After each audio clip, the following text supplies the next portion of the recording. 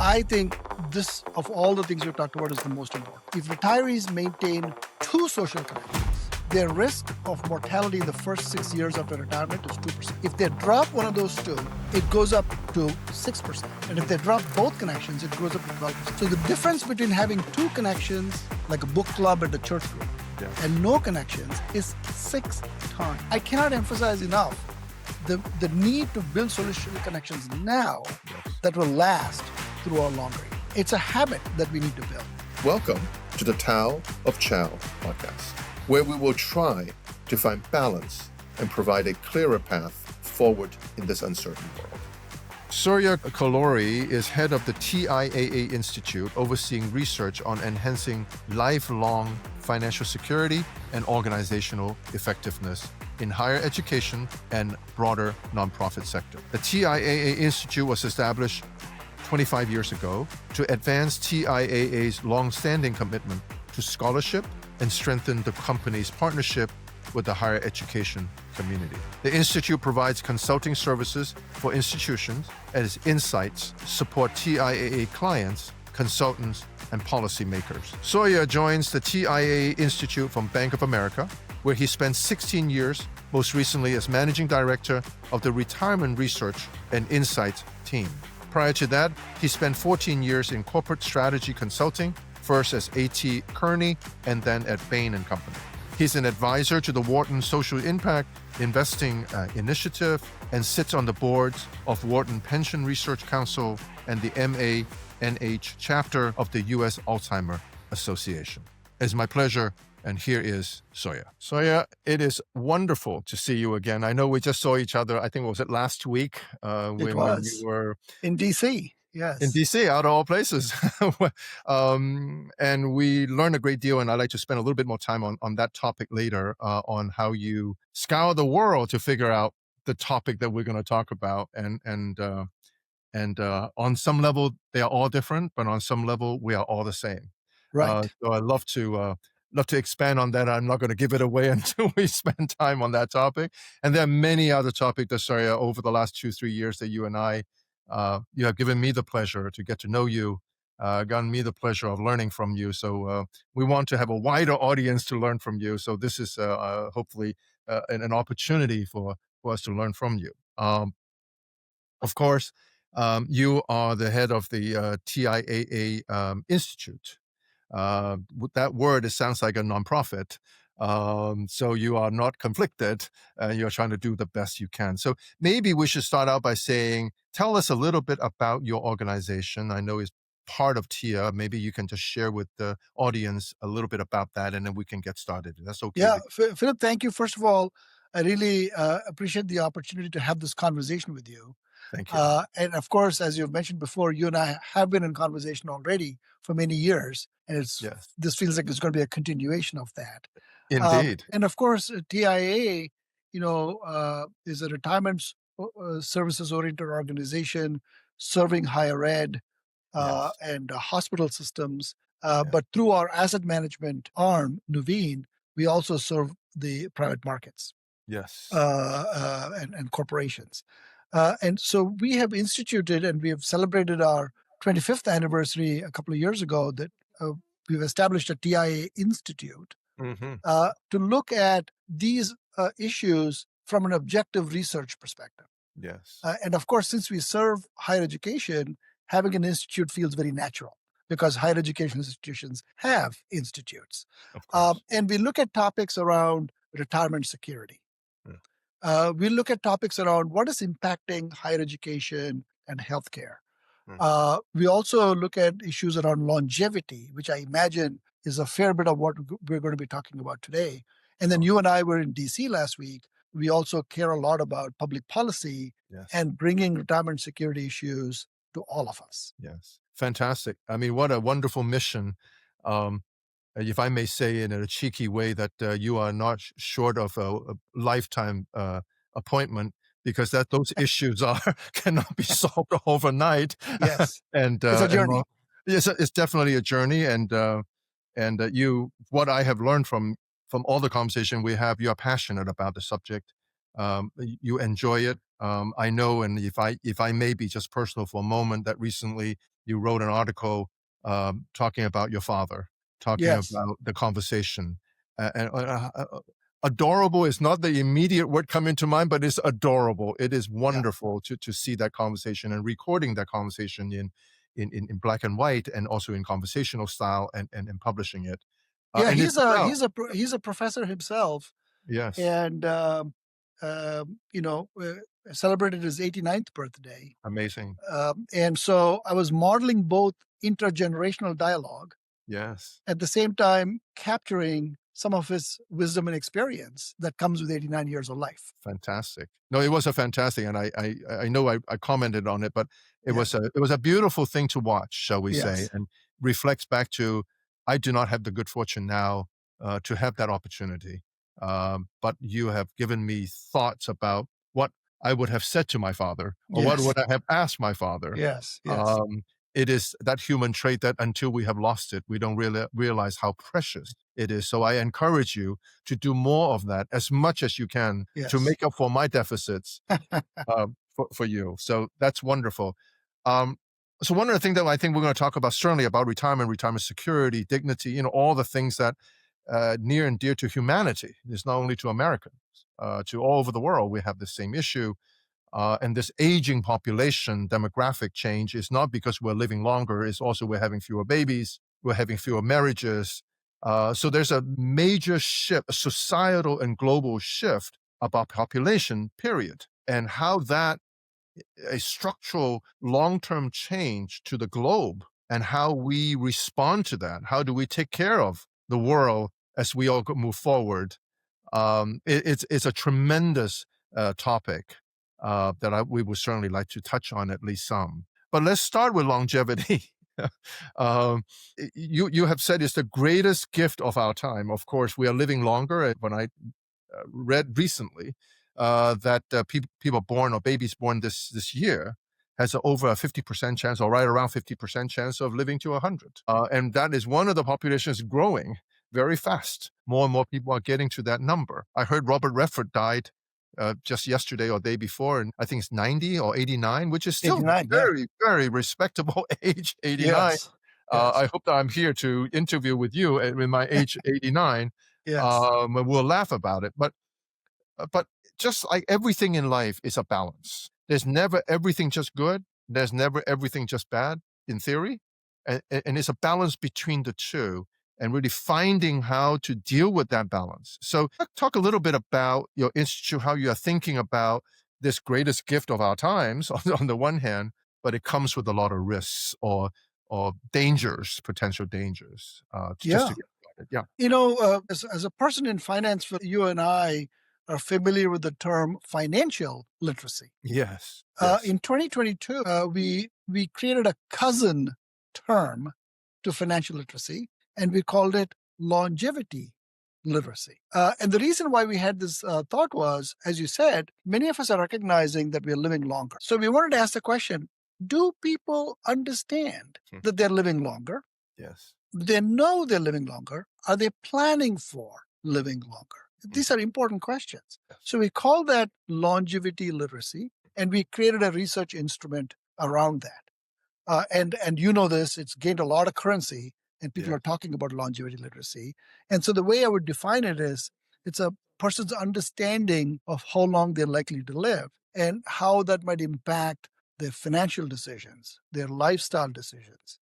And what we found, and this was a US-based survey, but I'm pretty confident it's going to replicate itself across the globe, that only a third of our survey respondents demonstrated strong longevity literacy. And here's what we found, which is a bit surprising, that men more than women underestimate their life expectancy. So which means that they're incurring, to your point about risk, they're incurring longevity risk. Yes. And so the counterpart, so what do you do about longevity literacy? The counterpart to that is what I might call longevity fitness. So you mentioned that, hey, let's do a podcast when we turn 89, but that assumes we're going to be fit, right? So what does longevity fitness mean? To me, it means our capacity to extend vitality. to extend purpose. You've already established a purpose. Like, hey, at 89, let's have this conversation again, right? Purpose. Function. I need to be able to have cognitive skills, physical skills, my internal health, all those things. So we need to holistically prepare for these longer lives, financial, physical, cognitive, social, and we'll get into each one of these.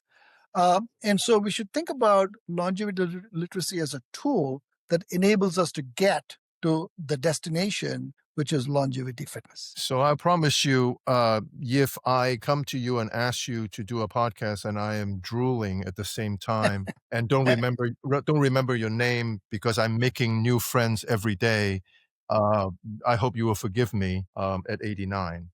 I think you're absolutely right. I think this whole longevity literacy, longevity fitness start with longevity awareness. You have to be not only aware but really start thinking about the future.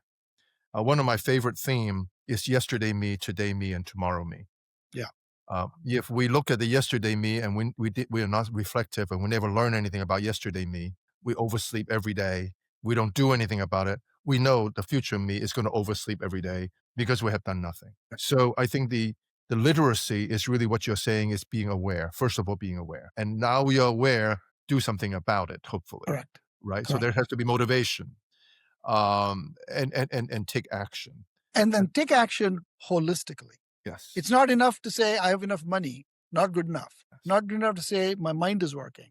You also should say my body is working and I have social connections. That's a portfolio of activities. I'm not even sure people can deal with it presently, having all of them, let alone thinking about the future. Exactly. We can certainly talk more about diminish mental capacity.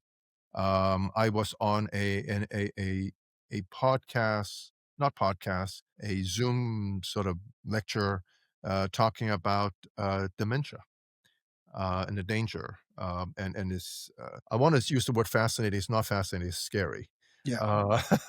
But in any event, it's almost like losing your soul. And that's just what a thought. Yeah. So you're talking about really, now we start talking about that. It's really talking about health and wealth. You're really talking about money is not enough. Well, first of all, you can be all well and have no money. It's not a very good place either, right? Yeah. So I think sometimes you consider that as two sides of the same coin. In other words, it's not one or the other, it's the entire coin you need to have. So share a little bit more or talk a little bit more about, health and wealth, and health is wealth. Wealth is health on some level, but wealth is wealth as well. So maybe you can share a little bit about your thoughts on that. Yeah. So I'll talk about that. And Philip, I'll just put a pointer here as I wrap up my response to this question. I also want to talk about the unit of health. So help me remember that, and I'll kind of close on that point on this health and wealth point. Because I'm getting old, I'm not going to remember. I'm going to write it down. Okay. Unit of health. So Philip, this point about health and wealth, two sides of the same coin, is very important because I think this connection operates in both directions. Health impacts wealth, wealth impacts health, and it has profound implications. Access to quality healthcare, education, safe living environments, preventive care, these are all very important. Health also drives wealth by maintaining earning capacity. What we found in our research is people want to continue working. And I don't mean they want to continue their same job, but they want to stay engaged on their terms for the timings that they want. So if you're healthy, you're able to do that. Reducing catastrophic medical expenses that can, as you know better than anybody else, being an advisor yourself, can devastate one's retirement savings. Yes. So here's what our research indicates, and stark disparities. There is a 12.5-year life expectancy gap between the affluent and not affluent.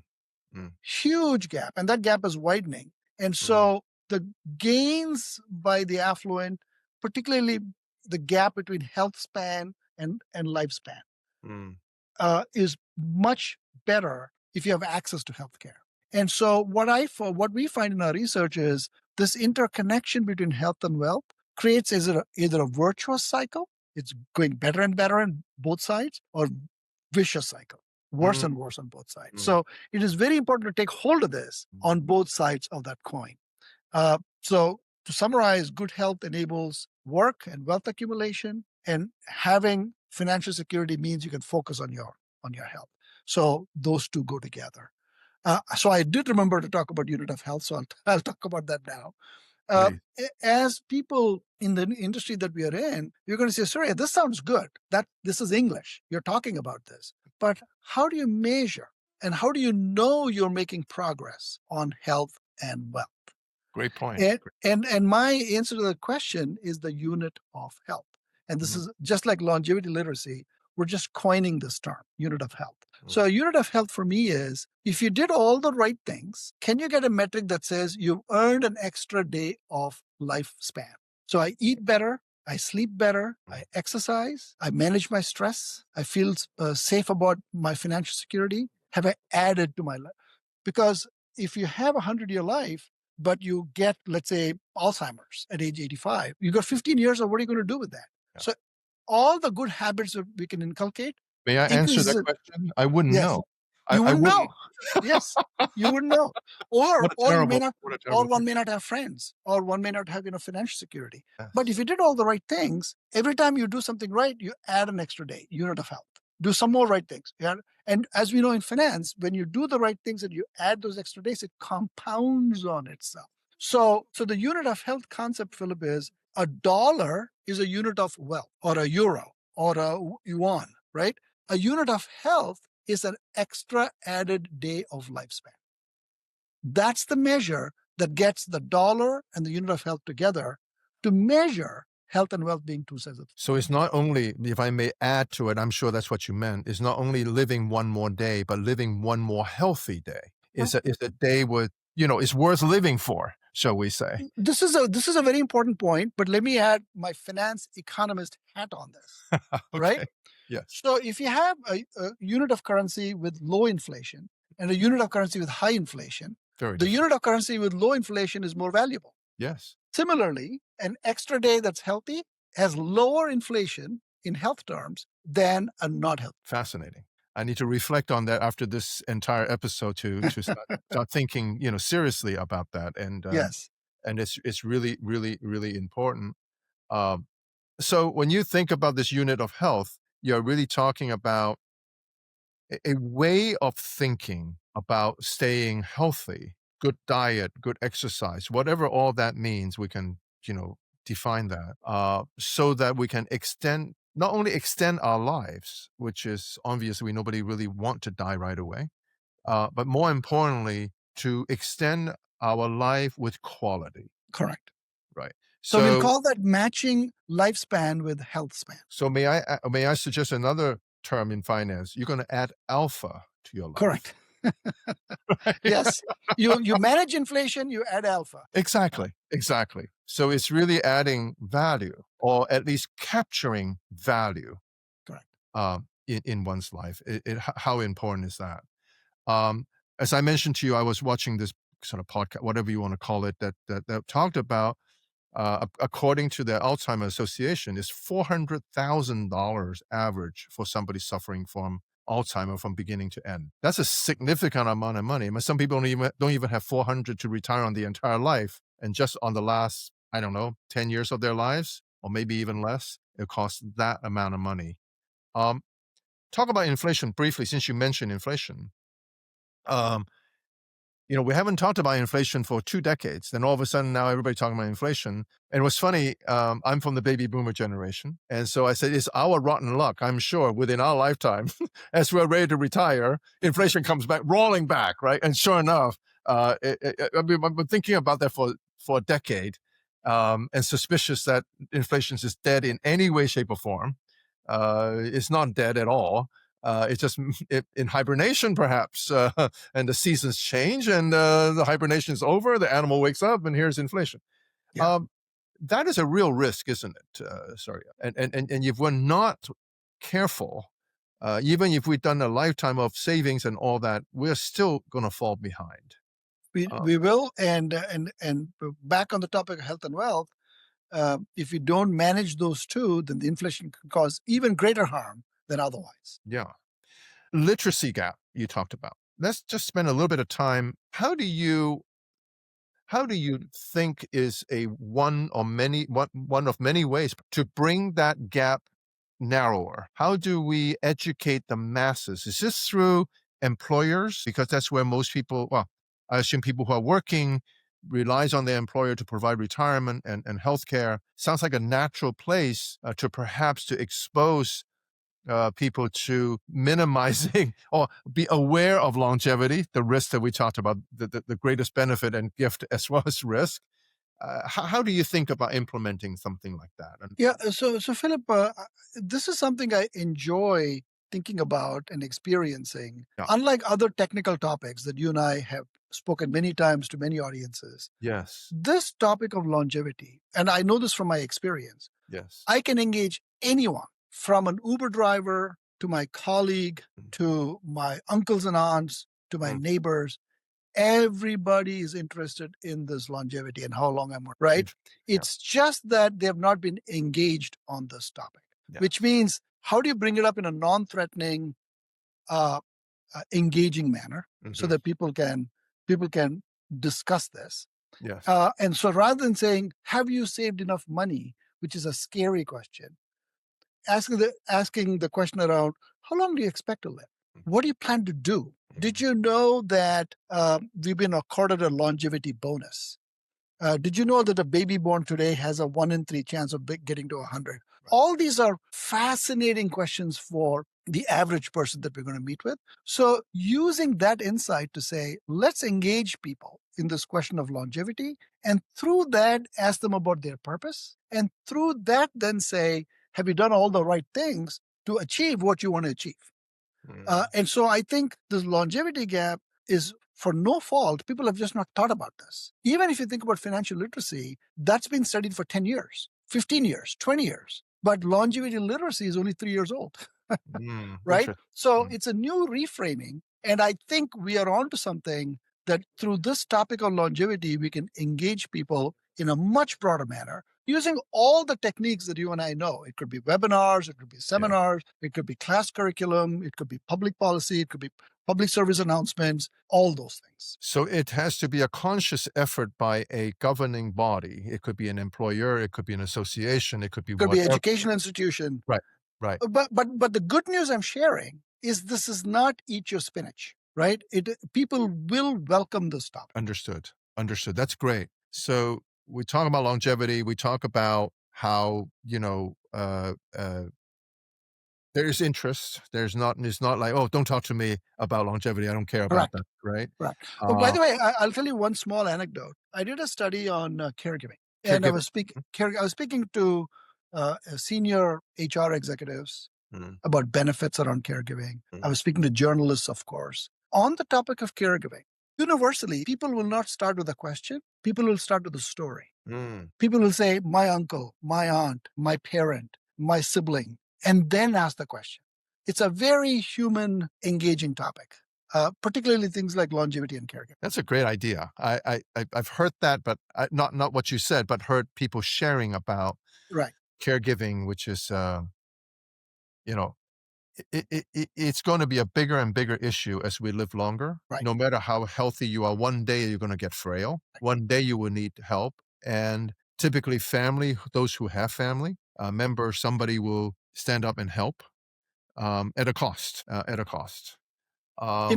Jimmy Carter's wife, Rosalind Carter, First Lady, said, you will either be a caregiver or you will need caregiving.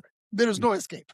Caretaking or caregiving is one or the other. It's happening. And many times it's giving and then taking. Yes. It may be different people. It could be both.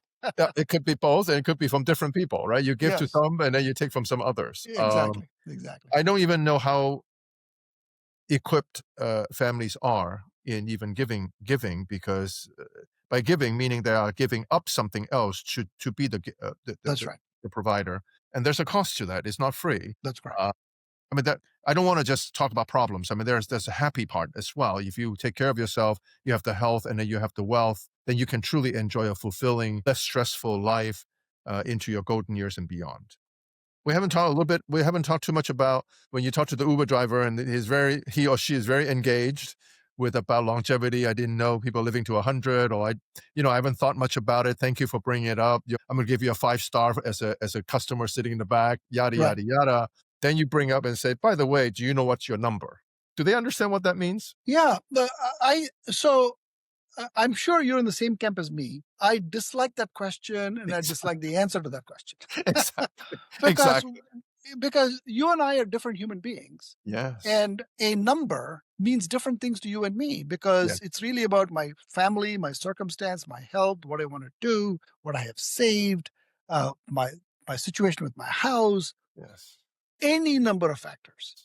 So I really think we should not, as an industry, as a culture, as a human species, we should not be thinking about retirement is about reaching a particular number or a balance, but rather, do we have all the necessary tools to have longevity fitness that includes financial aspects as a tool? Mhm. So I would emphasize having a steady income over accumulation. So instead of asking, do I have enough saved, which all of us are familiar with that question, I think it might be better to say, will I have enough income? Will I have enough income on a monthly basis? Will I have enough income on an annual basis? So this will, I think, and I think you might agree with this, connects planning to actual living expenses and to lifestyle maintenance and the things that you want to do. And also highlights longevity risk, which is, remember I said, when we do this research, people underestimate their lives and they're incurring inherently longevity risk. By having income, you've managed that longevity risk. So these are important ways in which I prefer income to a number. So I'm sure you appreciated the ad very much. You couldn't wait to go home and watch it when one, I think, a Dutch-owned company that talked about what's your number, and that guy on the ad carrying this humongous number running around the world. I'm sure you were having a moment of frustration of what on earth are they doing and how distorted that very thing is. Like everybody's shooting for the same number, or even though they mean to be personalized, what's your number? But we tend to think there is a number, but actually Correct. there isn't a number at all. Correct. So based on our conversation, it seems to me personalization Correct. is a very important thing, not only in accumulation, but in thinking about decumulation, in the sense that thinking about how do I drive that income in a personal way for the rest of my life. So I'll give you both an anecdote and research on this point. Please. So my father, I said, is a retired professor. So he gets two checks. He gets one check from Social Security. He lives in Princeton. And he gets the second check from TIAA because he's a Oh, professor, right? ah. And so when I ask him, hey, are you worried about the stock market? He goes, well, I get two checks. I'm not worried about what the stock market is doing. He has some money in the stock market, but it is not a source of anxiety. So that's just a personal anecdote to say that our research shows that people who do not have a steady income in retirement are reluctant spenders Yes. because they're constantly frozen by what's the market doing to my balance. Whereas if they had a steady income, they're like, okay, I know I have my next paycheck coming. So I can let my money, if I have left over, to kind of make gains in the marketplace. And so they go from being a reluctant spender to a not worrying about spending. So is it fair to say that the focus is not how big a mountain of wealth I have at age 65, 67, whatever the retirement age? That's not the question we should be asking. The question we should be asking is, since I don't know how long I'm going to live, assuming most of us don't can guess, what we want to make sure is that we don't outlive a That's right. stream of income. That's right. You're managing longevity risk. Right. You really are. It's not wealth, it's stream of predictable income or Correct. income that I need. Correct. And until we satisfy that, wealth is somewhat meaningless because it doesn't translate to what does that mean? Am I thinking correctly? You're thinking correctly, and I think that's the right framing. And I'd like to urgently get that framing out to everybody who's planning retirement. So we talked about personalization. We talked about ability to quantify what it is that you need. So there is obviously a planning component, no matter how rudimentary. You need to think a little bit. I spent quite a bit of time in the retirement industry, both on the personal side, where I have individual clients and families. They are fortunate families because they can afford an advisor. They have the wealth, and they are able to do many of the things. But not everybody has that. How do you think about those who are listening to this and say, well, I have no idea. I mean, how do I mean, so one framework apparently is essential living expense. So the idea, just to make sure that we're all on the same page, is that out of $100 that you have, a portion of that goes to your basic rent, utility, your basic living expense. Anything more than that is a discretionary spending. I want to go around the world 3 times. Well, okay, well, you don't have to go around the world, but if you want to, you need to save for it. But I do need to pay my rent or pay my mortgage or my utility bills. God forbid, no Netflix being one of my utility bills or whatever. So do you think in those terms first? Do you think about essential living expenses, make sure we at least take care of that, and then beyond? Or how do you, what's framework you use? Yeah, the framework I use is kind of a housing framework. So what I mean by that is you have a floor, a mattress, a comforter, and a roof. Yeah. Right? Nice. Yes. So to me, the floor is Social Security, which means I have a solid foundation, but it's not comfortable to sleep on. Yes. So I need a mattress that's on the floor so I can sleep comfortably. And that's the income you're paying yourself. And then the comforter on top of the mattress is some variable form of income that can either grow with the market, but it's the mattress part of it should be fixed. The comforter part of it is a little variable, but it's still in income. And then the roof on top is money left over that you can put in the marketplace. So that's the metaphor I use, which is easy to remember, I think. Yes. And kind of gives people an idea of how to kind of generate income streams in retirement. So I think of it very similar. I think of it layer of cake, different layer of cake. I have the base layer and then the cream. I love that. And then another little, oh, great, I have another. And ultimately that cherry on top, that's when I go around the world, right? I may never have a cherry, but at least I still have cake to eat, right? So I can have the cake and eat it too, sort of thing. Absolutely. I think that's right. But I think it, metaphorically, I think we can both speak very simply about it. I think that people do need to take their time to understand what are those layers. How do we make sure we have the floor? How do we make sure that we have enough for the next layer, the mattress? And then what is the comforter?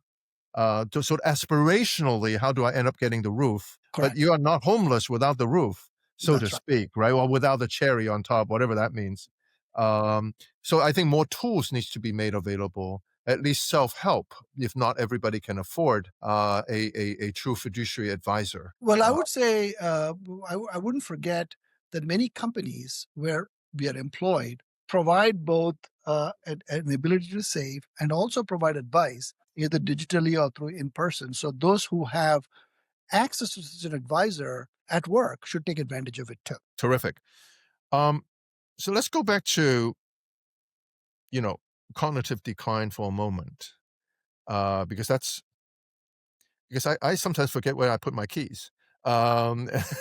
I don't think I have declined that much, but I do think that that's busy life, whatever. But I can beginning to understand the shoes that they wear walking down the street because they have forgotten even who they are. I mean, it's not only plausible, I can understand it.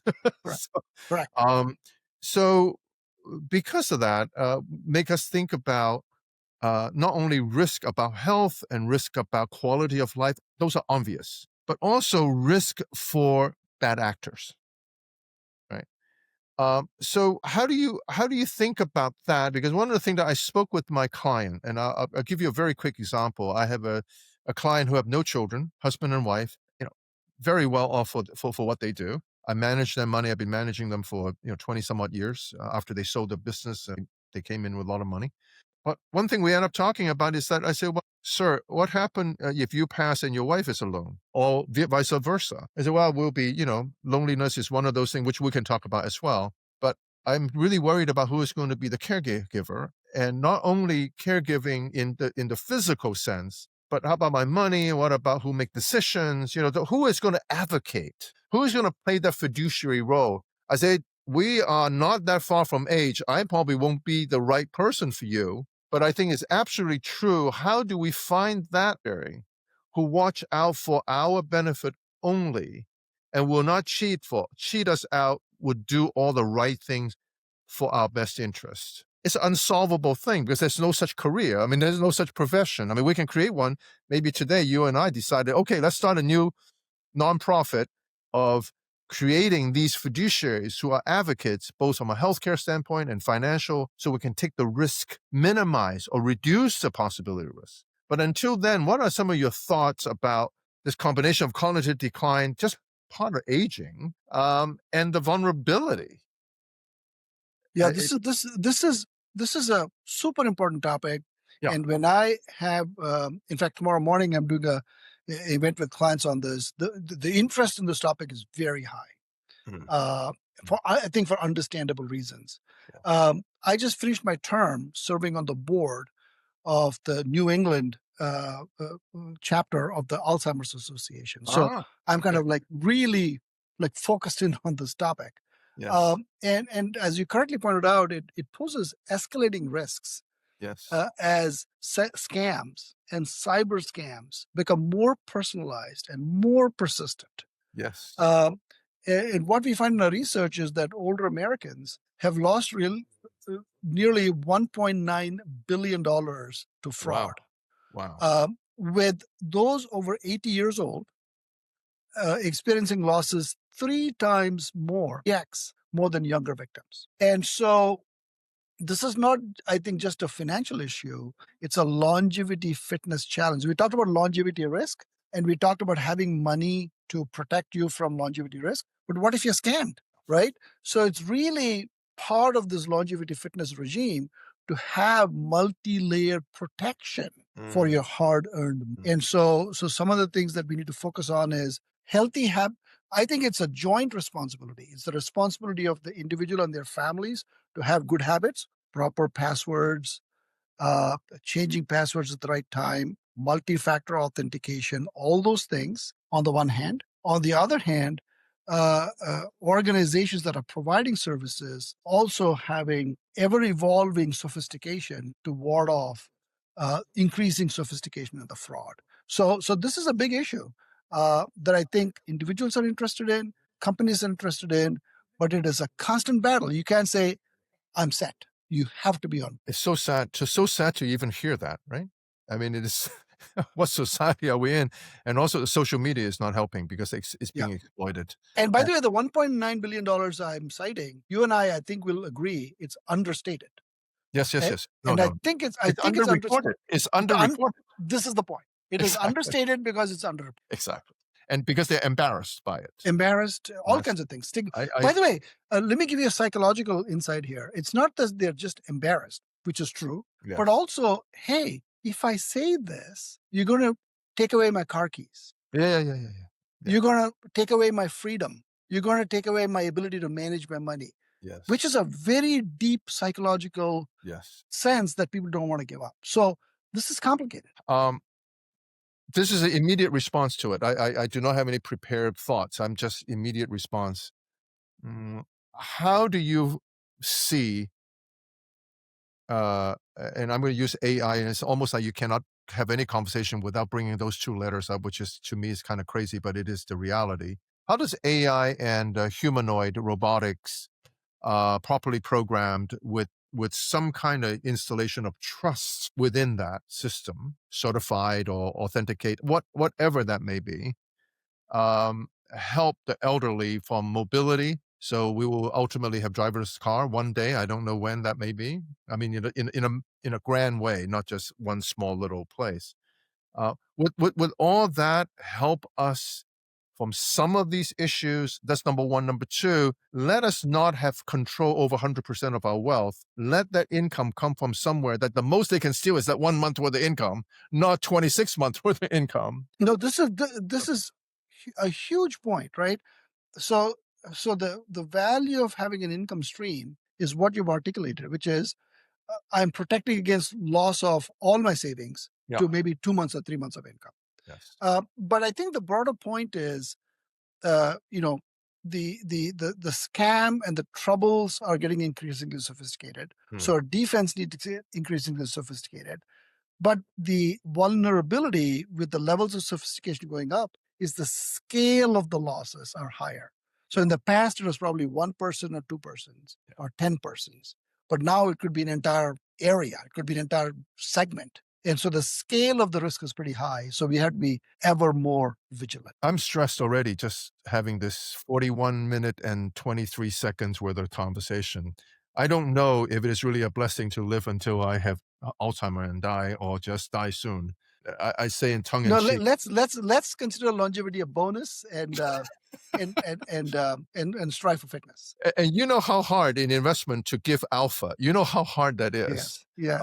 And to do that requires discipline, self-awareness, and discipline. And those are two qualities that most people don't have, and certainly not have on a perpetual basis. I mean, I'm gonna start exercising. I do it for 2 months and I stop working out. It's not just a momentary thing that you somehow just remember, but it has to build in habits, good habits that is meaningful, and you look at that as a reward, not as some kind of thing that you begrudgingly undertake. But let me in that case lift your spirits.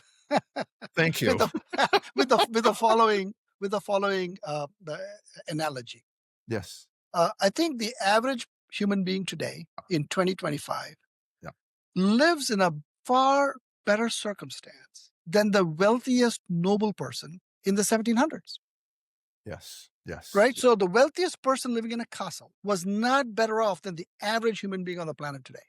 Right? More technology, more help, more longevity, more access, more literacy, right? So individual circumstances might look confusing and chaotic, but the long arc is amazing progress. Yes. I'm still not completely over it yet, but thank you. Thank you for diluting my anxiety. That was helpful. Let's talk one other things, and I I enjoy you so much that time just flies by. So I apologize. I just keep going. Two issues out there that I see that's not new, and you know this immediately.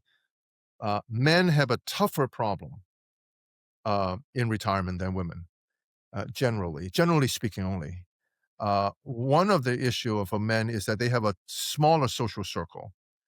Their life is defined by their work or what they have done most of their lives. And when they let go of that, they are in a way lost, in a way that they realize, gosh, I only know 2 people who are not related to work, and I'm not even sure I know those 2 really well. And men are just not very good at that. And I mean, I was sharing this with a friend of mine. I said, men cannot, Surya, it will be unusual for me to pick up a phone and say, hey, Surya, what you doing right now? He said, well, I'm working. Would you like to go shopping with Philip Chow? He said, Yes. This is the weirdest guy in the world. What the heck is that? I know, I don't want to go shopping. We almost have to find a reason. Hey, do you want to fix a car together? Do you want to go to a softball game? There has to be a reason, an activity that we can do. We just cannot spend time together. It's culturally I'm talking about. And so it contributes to this isolation in the sense that first of all, I already have a small circle. By the time when I quit work, I have an even smaller circle. And then my friends start dying off. I have no circle. I'm circleless. And then my wife dies alone for the rest of my life. And that becomes a real issue. So I think that's one challenge. And let me just sort of add the second challenge. The second challenge is really for women who live long enough, they have gone through a life of glass ceiling. They have gone through a life of stopping work to raise children. They have gone through a life of the primary caregiver for their parents, for their loved ones. And they've been in and out of workplace. And the system. They don't normally go back in and can't wait to get promoted the next day. They're going to go back and do it all over again. And so they tend to undersave, not because they don't want to save. They just don't have the opportunity like a man would. They tend to take on less risk, which is a good thing. But your longevity, you do need to take on more risk to give you that. So they are undersaving, they have less return on their money, and they live longer. And so their husband dies off, or their significant other dies off, or whatever, or the roommate die off. And so they are probably the one that's most at risk from a poverty standpoint. Those two are different issues, but real issues. Have you thought about what can a society do, and what should we be teaching or informing the population about this? Of all the things we've talked about money, we've talked about longevity, we've talked about cognitive health, we've talked about scams. I think this, of all the things we've talked about, is the most important. There's Stanford research that shows that being alone is equivalent to smoking a pack of cigarettes a day, right? I mean, just keep that in mind. as I talk about social connections. It is a hidden variable in longevity planning. It's a very profound variable. Yeah. What one of the famous research projects around socialization shows that if retirees maintain two social connections, their risk of mortality in the first 6 years after retirement is 2%. If they drop one of those two, it goes up to 6%. And if they drop both connections, it goes up to 12%. Wow. So the difference between having two connections, like a book club and a church group, Yes. and no connections is 6 times, right? Wow. So Wow. I cannot emphasize enough the need to build social connections now Yes. that will last through our longer years. It's a habit that we need to build. And there is a Harvard study, and the Harvard, it's called the Harvard Project. Mhm. And the book that came out of that project is called The Good Life. Mm. And so they track people over decades and ask towards the end, what made their life most meaningful? Is it money? Is it titles? Is it fame? Is it the size of your home? Is it your reputation? Is it awards? No, it's social connections. So this is a profoundly important topic. We don't talk about it enough. Yes. But if you think about longevity fitness, I think this has the most impact. I said to my wife, jokingly and to some serious, I said, the only reason I want to come back after I die is to see how many people attend my funeral. And I think there will only be 2. If you are alive, will be one of them. And I don't know who the other one is. So what I will say is I would like to hitch a wagon with you, sir. We will remain friends for as long as we can. Right. So that at least I am insured of one connection if I don't have 2. So You that's can count on me. You can count on it's me. the imposition that I apologize that I'm putting on you. Right. Thank you for that. Let us conclude on, we already talked about, there's a lot more to talk about, obviously, and we only spend a little bit of time today.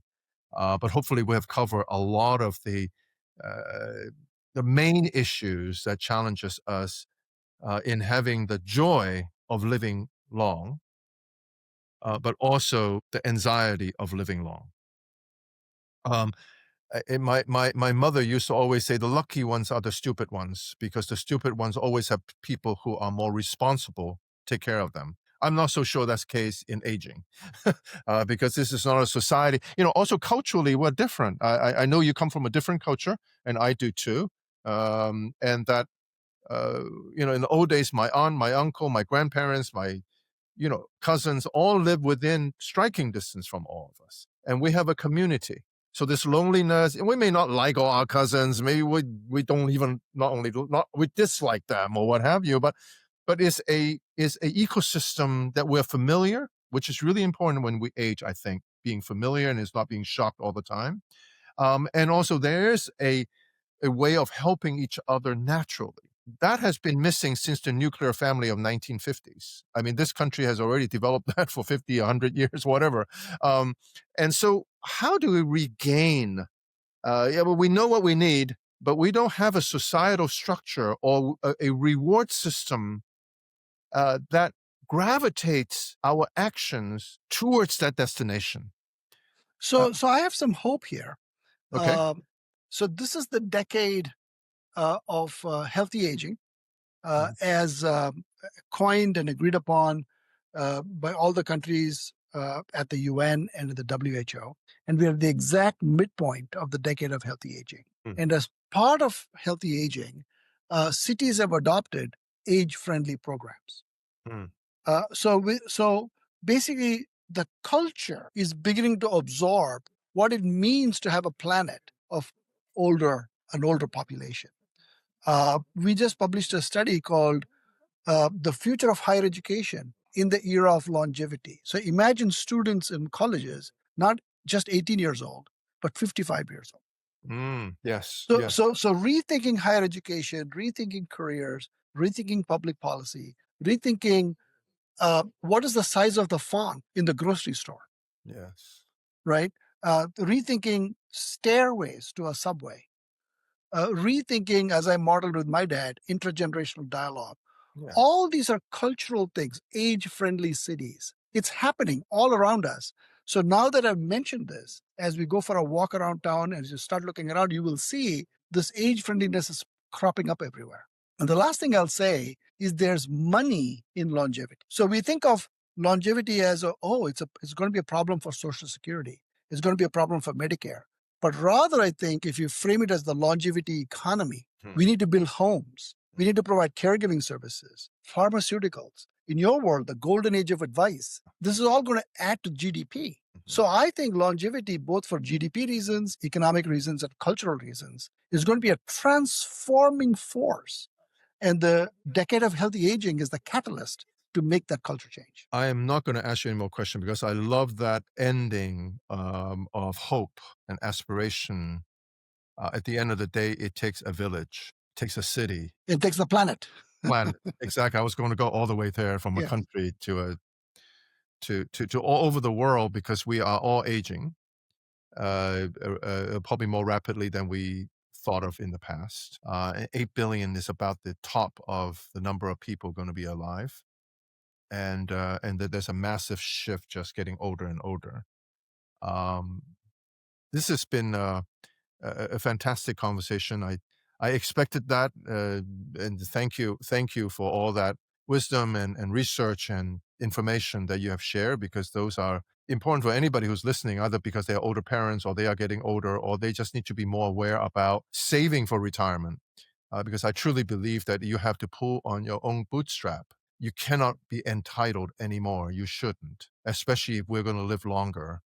When we think about not everyone going to be perfect when we age, some are genetic reasons that we get sick. It's not because we did anything per se.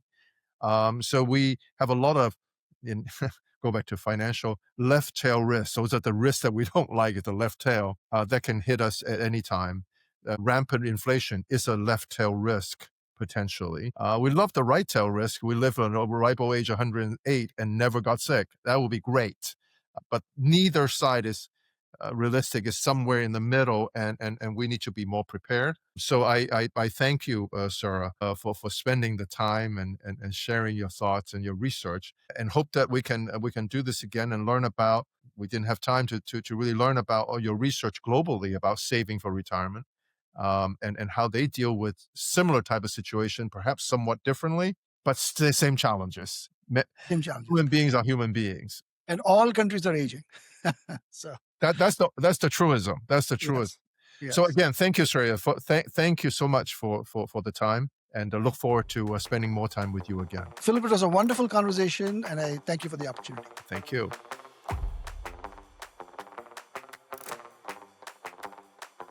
You can always find more episodes by visiting philipchow.us/podcast, or find us on your favorite podcast app. You can always leave us feedback, ask questions, or request a topic for us to discuss by sending an email to pc@philipchow.us. Views expressed in the Tao of Chow podcast are individual opinions, and they do not represent the employers of each guest or the firm each guest is associated. Our podcasts are for educational and informational purposes only and should not be deemed or viewed as investment advice or recommendations. Please consult your personal financial advisor, investment expert, or investment fiduciary before taking any actions about your plan and investments.